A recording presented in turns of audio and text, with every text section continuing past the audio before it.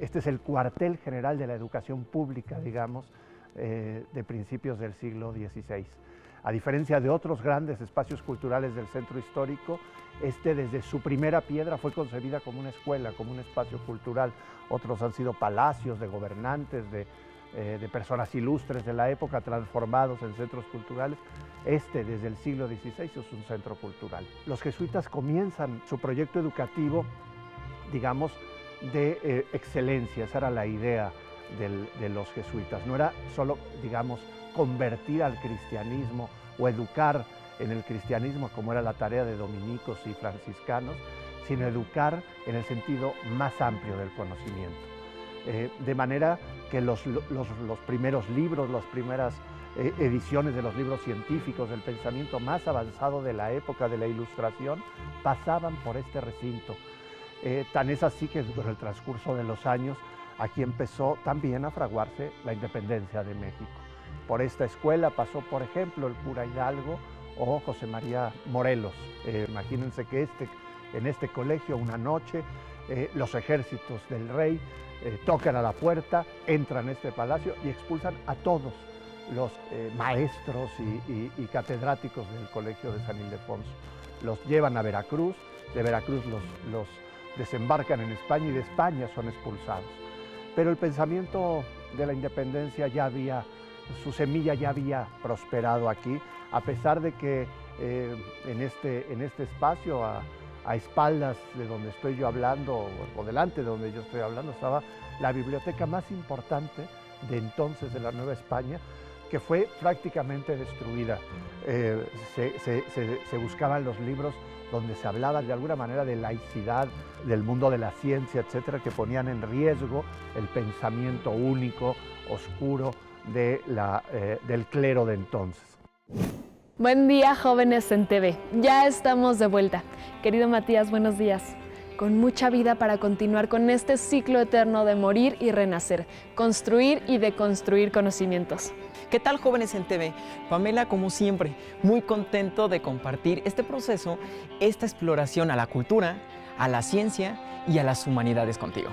Y con la juventud, claro, de todo México que nos acompaña en este programa. Y para no esperar más, en este programa continuaremos explorando estos interesantes temas de la sexualidad, sus manifestaciones, conceptos, historias, igualdad de género y derecho de las mujeres en México. Hablaremos de diversidad sexual, el abanico de expresiones y manifestaciones, y un tema súper interesante y necesario. ¿Qué onda con el consentimiento sexual? ¿Sabes a lo que se refiere? No te lo pierdas. Conciencia histórica, como se ha dicho, mueve creencias y certezas. El tema de hoy, cacería de esclavos, existe, no es del pasado. Comunicación y arte, hoy con un capítulo más de Banda Ancha. Además, el pensamiento matemático nos pone al tanto de los robots en la historia y su programación. Y ya entrando en materia, en la dimensión digital, arte y mecatrónica. Variadita y equilibrada. Así la programación de este martes, Jóvenes en TV. Comenzamos.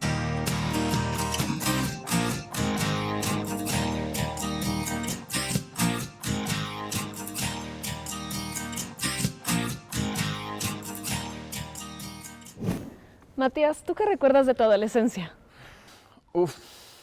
Yo lo recuerdo como un momento de muchas preguntas y desde luego muchos cambios físicos, aumento de estatura, se distribuye la grasa corporal y por supuesto todos los cambios que tiene que ver con la sexualidad. Claro, y generar una identidad decidiendo qué incorporar de las miles de cosas que ves en la moda, en el cine, en la gente que te rodea, etc.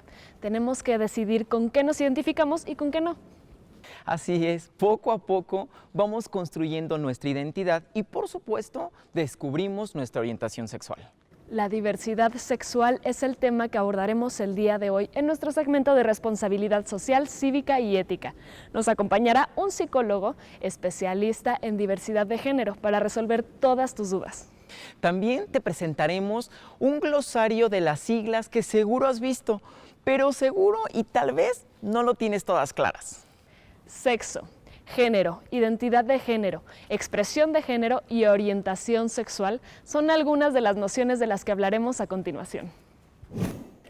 Estamos con András Hernández, psicoterapeuta especialista en disidencias sexogenéricas y la prevención de la violencia de género. András, bienvenido. Muchas gracias por estar con nosotros. Sí, claro, un placer. András, ¿qué es el sexo? Bueno, pues no es exactamente lo que todo el mundo se imagina cuando escucha esa palabra, sino vamos a un poquito a términos, vamos a decirlo así, o sea, más académicos, pero sin sonar tan así, ¿no? O sea, tan academicistas, porque pues tampoco es el plan, ¿no? Entonces, el sexo prácticamente son todas aquellas características internas y externas que hacen que nuestro cuerpo sea como es. Claro. Ya, ¿no? Entonces, ¿qué quiere decir? No nos podemos reducir solamente a decir, bueno, pues son nuestros órganos sexuales o genitales, como muchas personas le nombran.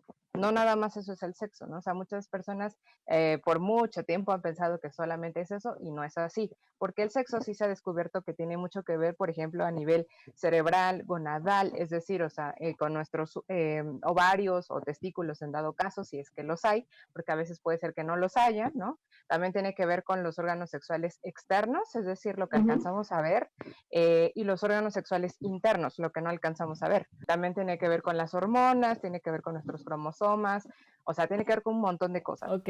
Podemos quedar tampoco solamente en la parte de decir, bueno, pues es que el sexo son hembras y machos, ¿no? O sea, porque bueno, aquí yo sí les invitaría a que empezáramos a utilizar un lenguaje más adecuado, porque cuando hablamos de sexo, no estamos hablando de mujeres ni de hombres, ¿sí? Entonces hay que quitarnos esa idea de la cabeza, ¿no? Entonces de lo que estamos hablando aquí es prácticamente de lo que conocemos como hembras, machos e intersexuales, y que ahorita voy para allá.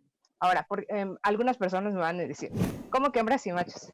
Bueno, pues es porque somos animales mamíferos también, o sea, los seres humanos seguimos siendo del reino animal. Claro. Para quien la gente me diga, no, no es cierto, sí somos mamíferos, animales, entonces por obvias razones, pues seguimos teniendo esa taxonomía, por así decirlo, ¿no? Entonces, digamos que, pues dentro del sexo, sí, puede ser que tengamos las categorías de macho, hembra, pero ¿qué creen?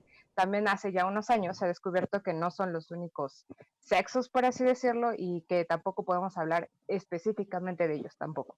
¿Por qué? Porque existen muchas variaciones, como les acabo de decir, cerebral, gonadal, hormonal, etcétera, etcétera. Entonces, ¿eso qué quiere decir? Que en realidad existen muchísimos sexos, no solamente dos, o no solamente tres, porque bueno, voy para allá. También se conoce a la intersexualidad, que la intersexualidad, digamos que son justamente todas aquellas variaciones corporales internas y externas que quizás dan como resultado un cuerpo que no es hegemónico. Y hegemónico, o sea, para entenderlo es que no es lo que usualmente se espera, ¿no? Si ustedes ven los libros de biología de hace unos que les gusta, pues no sé, 2 años, porque en realidad, pues esto casi nunca se aborda, ustedes van a ver dibujos que son muy estereotípicos, ¿no? O sea, todo el tiempo vemos ciertos cuerpos, ciertas partes del cuerpo que deben de ser de ciertas maneras en particular, pero nunca en los libros se nos ponen imágenes de cuerpos reales, ¿no? O sea, de estas variables que existen en los cuerpos. Entonces, digamos que la intersexualidad vienen siendo corporalidades que puede ser que no encajen exactamente pues en el imaginario que todo el mundo tenemos, porque desafortunadamente no existen estudios pues muy específicos con respecto a cuántas personas intersexuales existen en el mundo, pero más o menos se calcula que aproximadamente del 2 al 4% de la población mundial es intersexual. Entonces, esto es algo súper enorme. Entonces, puede ser que entre nosotros tres haya alguien intersexual y no lo sepa, ¿sí? Porque la intersexualidad, hay muchos tipos de intersexualidad, como yo diría. Ya desde aquí podemos decir que es una invitación a que nos quitemos el binarismo de la cabeza. Y binarismo pues me refiero a que es solamente dos opciones. Binario viene pues de bi, ¿no? O sea, de dos, entonces hay que quitarnos esa idea de todo, ¿no? O sea, de que solamente existe o blanco o negro, o caliente o frío, o sea, porque hay un montón de posibilidades en medio. Oye, a ver, entonces para que nos quede un poquito claro, el tema de la intersexualidad, o sea, se define en relación a la corporalidad, o sea, yo soy, bueno, dices que ya no se clasifica como masculino o femenino, sino a través de mi corporalidad, ¿es la intersexualidad? Sí, así es. O sea, la intersexualidad tiene que ver justamente con compartir quizás características que se denominan desde las hembras y los machos en el mismo cuerpo, ¿no? En distintos porcentajes. Como yo decía, el sexo pues tiene que ver con lo gonadal, cerebral, hormonal, etcétera. Y cada uno de estos componentes puede justamente tener características, digamos, de hembra o de macho. Entonces, en las personas intersexuales puede ser que en el mismo cuerpo convivan características de macho y de hembra al mismo tiempo, sin ser separables. Pero esto no es algo siempre que se ve, ¿no? O sea, por ejemplo, hablando de los cromosomas, hay personas que, ejemplo, tienen cromosomas XY, sin embargo, es que por alguna variable en los receptores, por ejemplo, de la testosterona, pues no hay esos receptores activados, entonces la testosterona no funciona en el cuerpo, entonces no se masculiniza y entonces puede ser que el cuerpo más bien, ¿no? O sea, tenga características de hembra, que se desarrolle en mamas, puede ser que se desarrolle en cadera, sin embargo es que cuando vamos a la parte interna de los órganos sexuales, puede ser que se encuentren testículos en vez de ovarios, sin embargo es que por fuera puede que haya una vulva perfectamente bien puesta. Bien puesta. Ok. ¿No? Pero eso es un ejemplo de los miles que podemos encontrar. Por ejemplo, muchas personas intersexuales se dan cuenta que son intersex cuando pues ya pasan, digamos, la época de la pubertad, porque quizás los cambios que se van dando en el cuerpo no son los mismos que se pueden esperar justamente de alguien que pues sí tiene como más que nada estos ajustes, ¿no? En los porcentajes, como decíamos, de todos los componentes del sexo, ¿sí? Porque puede ser que pues una persona, no sé, nazca justamente con cromosomas XX y justo, ¿no? O sea, sus gónadas, sus órganos internos y externos, pues sí concuerdan con respecto a ser una hembra, por ejemplo, y no hay ningún problema. Pero, por ejemplo, ¿no? O sea, también incluso, aquí esto no se ha corroborado, pero hay muchos cuerpos, digamos, de hembra, por así decirlo, que, pues sí, ¿no? O sea, se supondría que pues tienen como toda esta corporalidad porque ya, digamos que de cierta forma, al menos a simple vista ya se comprobó, pero ¿qué tal que tienen ovario poliquístico? El ovario poliquístico también, o sea, es ahí una variable que hace que, por ejemplo, ciertas personas les empiece a crecer mucho la barba, ¿no? Que no puedan embarazarse de una manera pues más sencilla, que suban de peso, incluso hasta pueden perder cabello, ¿no? Entonces, o sea, esto está relacionado a que la producción de testosterona natural es más elevada. Todo el mundo tenemos los dos tipos de hormonas, o sea, tenemos testosterona y pues bueno, otro tipo de hormonas ahí como la progesterona, el estrógeno, ¿no? Puede ser que la producción sea más alta de lo que es común, por así decirlo, ¿sí? Ok. Vamos con nuestra siguiente pregunta. ¿Qué es el género? A mí me gusta referir a que es una serie de permisos y prohibiciones que se nos coloca a las personas por el cuerpo que se nos lee, ¿sí? Entonces, ¿qué quiere decir? Nazco y si el médico, o incluso, ¿no? Desde antes de nacer, le hacen un ultrasonido a mi mamá, ¿no? Y entonces en el ultrasonido ven que ese cuerpecito tiene entre las piernas algo que se parece a un pene, entonces desde ahí ya le están bautizando que es niño. Obviamente, pues empieza toda una configuración social, personal, de cómo se va a llamar, qué juguetes le vamos a comprar, colores, etcétera, y empiezan a haber un montón de expectativas con respecto a ese cuerpo con pene. Ahora, pues ya saben, o sea, también lo mismo pasa que, pues sí, si vemos un cuerpo que tiene algo parecido a una vulva entre las piernas, pues entonces se le bautiza como niña y empieza toda otra historia completamente diferente. Ahora, como paréntesis, ¿no? O sea, si se dan cuenta, de nueva cuenta estamos cayendo en el binarismo. Solamente se considera que hay niñas y niños y a nadie le preguntan si están de acuerdo. Entonces, pues, ¿qué pasa? Esa criaturita nace y ahora sí, todas esas expectativas que ya se habían planteado los papás, los médicos, pues sí, la familia entera, pues empiezan a caer sobre ese cuerpo. Entonces, ¿qué pasa? Pues empieza incluso hasta a criar de una forma distinta. Hay estudios que incluso se ha descubierto que a los bebés que se les bautiza como niños, se les trata de una manera más seca que a comparación de los bebés que son bautizados como niñas. Entonces ya desde ahí hay como una, ¿cómo decirlo? Pues sí, o sea, una implementación de permisos y prohibiciones. ¿Y qué pasa, no? O sea, ustedes igual, ahorita piensen en todo lo que han aprendido en la escuela, con su familia, en los comerciales, con la tía, con el vecino, ¿no? O sea, ¿qué es lo que se dice de cómo deben de ser las mujeres y los hombres? Ahora, el género también lo podemos entender como pues algo, es una imposición, ¿no? O sea, porque justamente a nadie se nos pregunta si estamos de acuerdo siendo mujeres o siendo hombres, simplemente es algo que ya se puso. Y eso también permea a la hora de cómo te vas a comportar, con quién te vas a relacionar, sí, las actitudes que tienes, si te cortas o no el cabello, si te maquillas o no, la ropa, ¿no? Entonces, bueno, pues aquí justamente empieza como toda una serie de cuestiones ahí que son prácticamente imposiciones, ¿no? No son decisiones, sino es un imaginario en el que todo el mundo estamos y que se entiende perfectamente bien. Oye, pero a ver, desde tu punto de vista, ¿cómo entonces tendría que ser la formación de un nuevo integrante de la familia? No le estoy poniendo sexo, pero llega a mi familia, ¿cómo debe de ser esta formación? Me queda claro que o te inclinarías al lado de que tiene que experimentar y ponerle un carro o ponerle una muñeca y ver con cuál juega, pero o en qué momento, ¿cómo tiene que ser esta formación? Porque a lo mejor llega un niño y yo digo, bueno, pues de manera consciente e inconsciente, pues le voy a traer un carrito. Pero eso, 6 años, 7 años, cuando tiene que experimentar. Pero en este lapso de 0 años a 5 años, ¿de qué manera yo tengo que formar a un hijo? Bueno, mira, hay sugerencias justamente de criar niñes, pues digamos, de diferentes maneras, pero una forma que se sugiere un montón es de la manera neutra. ¿Y cómo es esto? Para empezar, o sea, justamente a las pequeñas criaturas se les pone un nombre. Y tenemos también nombres que son sumamente binarios, es decir, que terminan con A o terminan con o digamos, la sociedad ha pues pensado que justo hay ciertos nombres para niñas y para niños.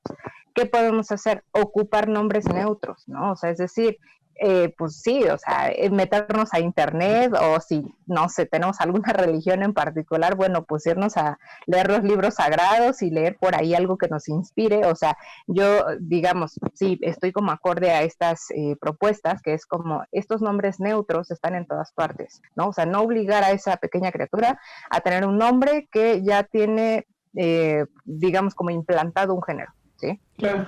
Esa sería como la primera cuestión.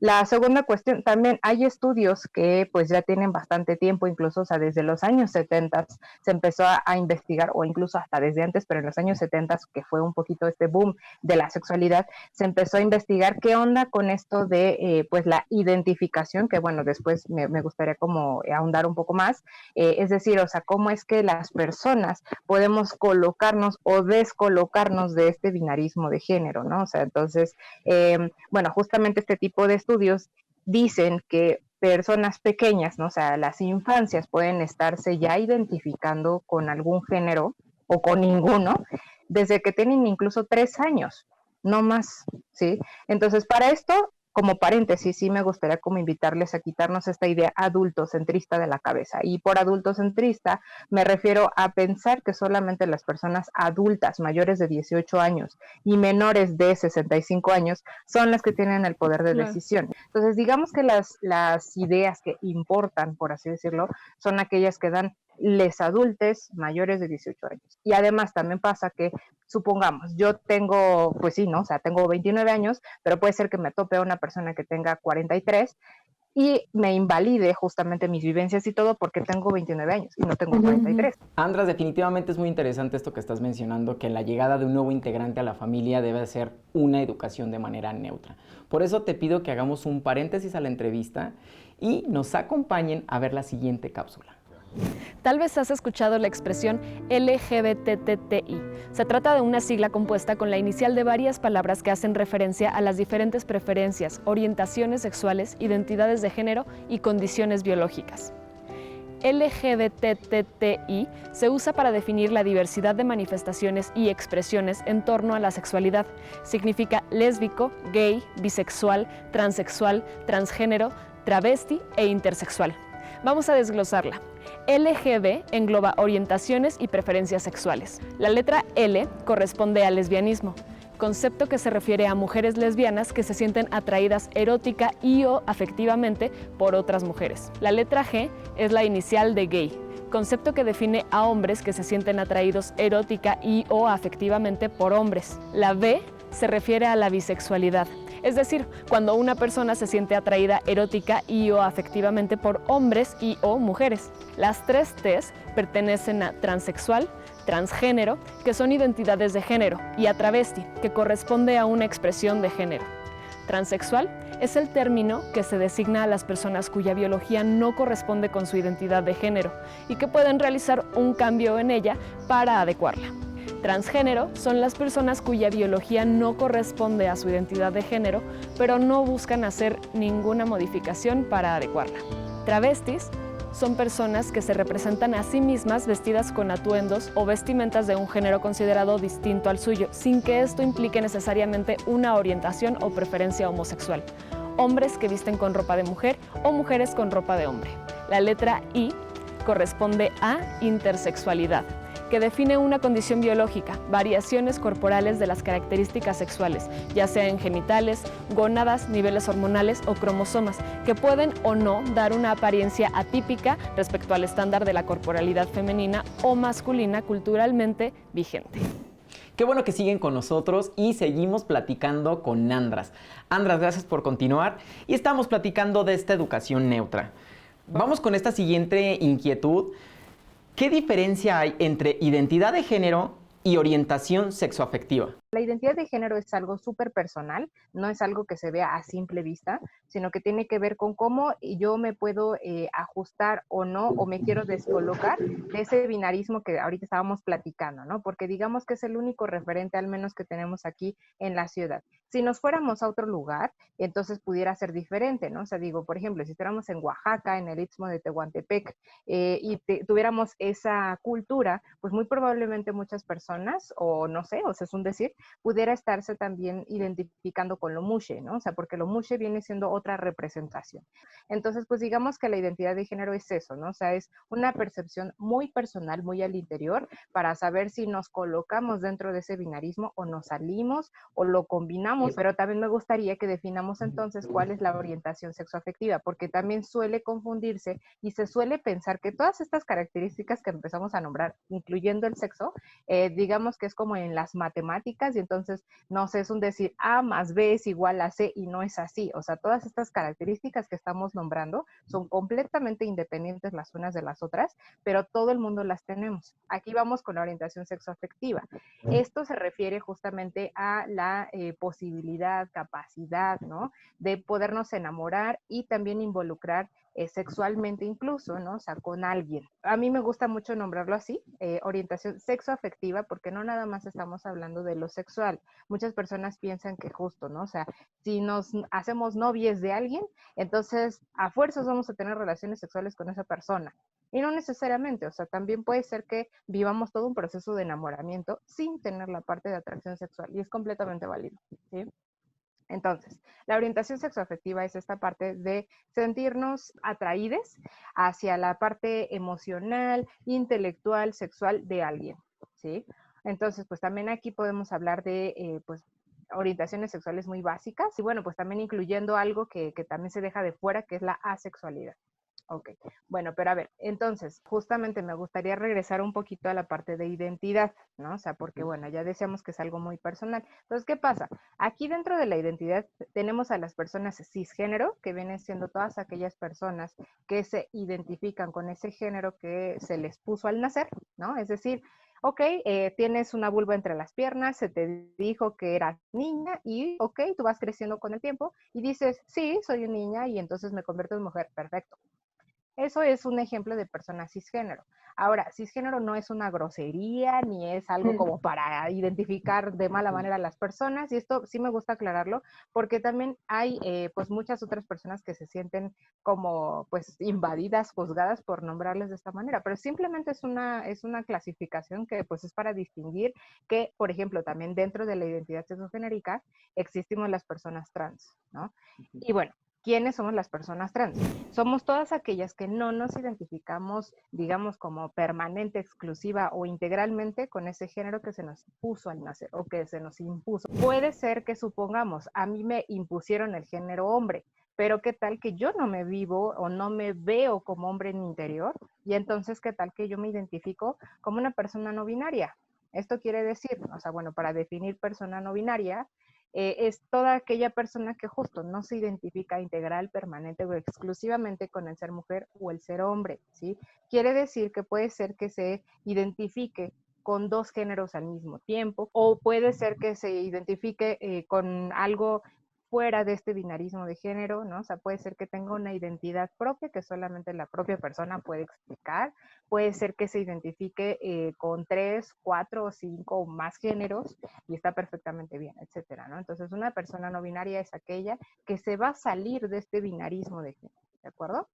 Ahora, que si hablamos de mujeres y hombres trans, pues lo único que quiere decir es que a la persona se le asignó un género binario al nacer y esa persona decide transitar a otro género binario. Es decir, supongamos que a ti se te asignó mujer al nacer, pero no te vives como mujer ni te sientes como mujer, entonces transitas a ser hombre. Ay, perfecto. Oye, pues muy claro estos términos, definitivamente. András, está súper interesante esta entrevista y ojalá podamos seguir conociendo más sobre el tema. ¿Podrías compartirnos tus redes sociales o algún lugar donde podamos contactarte? Sí, por supuesto. Nos pueden seguir en Facebook y en Instagram como Resistencia No Binarix, ¿no? O sea, con X al final. Ahí tenemos un montón de infografías y de información que es lo que ahorita he estado compartiéndoles, porque bueno, yo soy coordinadora de un colectivo que pues tiene ese mismo nombre. Somos personas no binarias haciendo cosas por personas no binarias. Entonces ahí nos pueden seguir. Igual nuestro correo electrónico es resistencia.nobinarix@gmail.com. Ay, perfecto. Muchísimas gracias. Pues definitivamente todos se van a sentir identificados con este tema. Sí, está súper interesante. Muchísimas gracias y pues esperamos que les jóvenes se puedan poner en contacto contigo para resolver cualquier duda que tengan. Muchísimas gracias. Claro que sí, no hay de qué. Y pues igual nada más haciendo la postdata, también tenemos área de psicoterapia, psicología dentro del colectivo, por si alguien necesita ayuda o más información con respecto a esto, o que se esté descubriendo con respecto a su orientación sexoafectiva o identidad de género, se puede acercar a nosotros. Perfecto. Muchísimas gracias, Andrés. Muchísimas gracias. No hay de qué, todo un gusto. Igual nos vemos la próxima. Claro. Con respecto a este tema, tenemos una propuesta de actividad. Coordínate con 2 compañeras o compañeros utilizando alguna red social y elaboren un pequeño cuestionario con las siguientes preguntas. ¿Sabes qué es la diversidad sexual? ¿Sabes qué es la identidad de género? ¿Qué es la orientación sexual? ¿Qué quieren decir las siglas LGBTTI? Apliquen el cuestionario a alguna de sus conocidas o conocidos y de sus redes sociales. Y después, entre ustedes, compartan las respuestas. ¿Qué conclusiones sacan sobre las respuestas? ¿La mayor parte de la gente que entrevistaron conoce sobre estos temas? ¿Qué se les ocurre hacer para que más gente conozca sobre diversidad sexual? Compartan sus propuestas por este medio. Nos va a dar mucho gusto escucharlas y pueden ser un detonante para que más gente conozca qué es la diversidad sexual. Seguimos.